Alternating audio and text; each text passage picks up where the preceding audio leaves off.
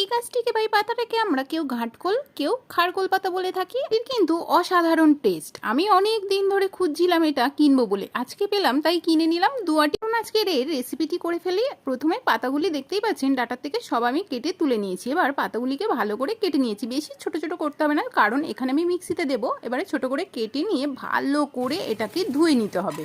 ধুয়ে রেখে দিয়েছি। এদিকে আমি একটা কড়ার মধ্যে শুকনো খোলায় নিয়েছি কয়েকটি রসুন আর একটা শুকনো লঙ্কা, ওটাকে নেড়ে চেড়ে তুলে নিয়েছি। ওই কড়াতে এই পাতাগুলি আমি দিয়ে দেবো, একদম জল দেবো না, পাতার যে জলটা আছে ওটা নেড়ে চেড়ে শুকিয়ে তুলে নিয়েছি। নিয়ে ওটা আমি মিক্সিতে দিয়েছি ঠান্ডা করে, সঙ্গে দিলাম কিছুটা ধনিয়া পাতা, ওই রসুনগুলি আর লবণ হলুদ দিয়ে ভালো করে মিক্স করে নিয়েছি। এদিকে কড়াই বসিয়েছি, সর্ষে তেল দিয়েছি, তেলটা গরম হয়ে গেলে ফোড়ন দিয়ে দিয়েছি কালো জিরে, পেঁয়াজ কুচি আর ওই পাতাটা দিয়ে ভালো করে নেড়ে চেড়ে নিয়ে কিছুটা কাঁচা লঙ্কা পেস্ট দিয়ে দিলাম। দিয়ে অনেকটা সময় ধরে এটাকে নাড়াচাড়া করতে হবে, একদম জল শুকিয়ে আসলে তারপরে নামিয়ে নিয়ে গরম গরম ভাতের সঙ্গে পরিবেশন করতে পারেন। খেতে কিন্তু অসম্ভব সুন্দর লাগে, একবার কিন্তু বাড়িতে ট্রাই করতে পারেন।